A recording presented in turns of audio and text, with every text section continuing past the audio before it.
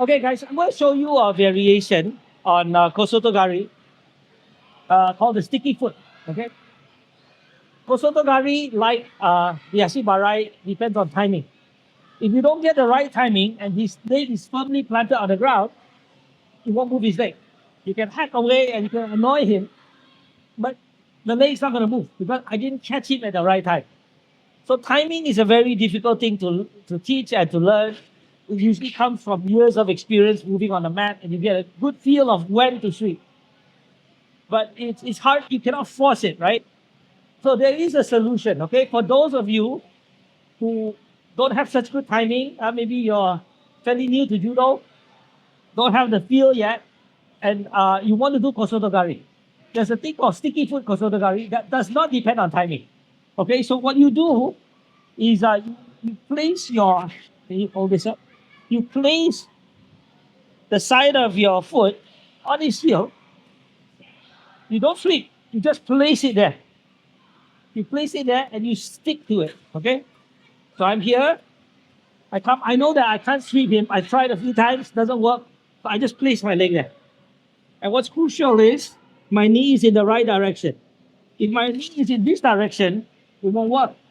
I won't be able to stick. Because so if I'm like this, right, I'm actually putting pressure. I place the side of my foot on his heel. I press against his leg here, right? And I stick to him. And then what I do is I wait for two things. One is, at some point he might lift his leg. When he lifts his leg, I stick with him. I stick with him, then I pull, then he goes down. What if he doesn't lift his leg? He refuses to lift his leg. So I told you before, if his leg is firmly planted, no amount of hacking away at his leg is going to lift him in his leg. Right? He's firmly planted. It's not going to happen. But if I'm here and I place, he doesn't, I can still force it up. I can still force his leg up. It's not a sweep.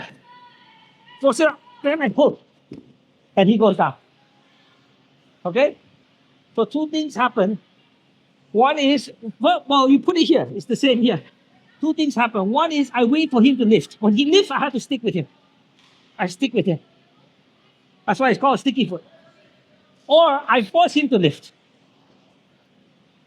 And then he falls down. Okay, so it's a sticky foot. So the exercise that you do is that you put your leg here like this. And then let's say you ask your partner to lift the leg and try to get out. Okay, and he tries to get out. Then you stick with him. You stick with him. You try to stick with him. Wherever he goes, you stick. Most likely he'll escape, but you learn to stick. You learn to stick with him. So the exercise you do is you just plant it here. There's no timing involved. You don't have to hack away at him. You don't have to get the right timing. You just stick like this. Look at my knee. Look at his knee. We're together.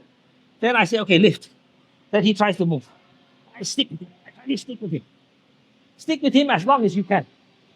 That's the exercise. Okay? So practice with your partner. For example, I have. Okay, oh. Okay. Okay, try to escape. Okay, when I stick, when I lift, try to escape. Okay, go. First you fall. Okay? It's not so easy to escape. Try again. Okay, so I stick. Go.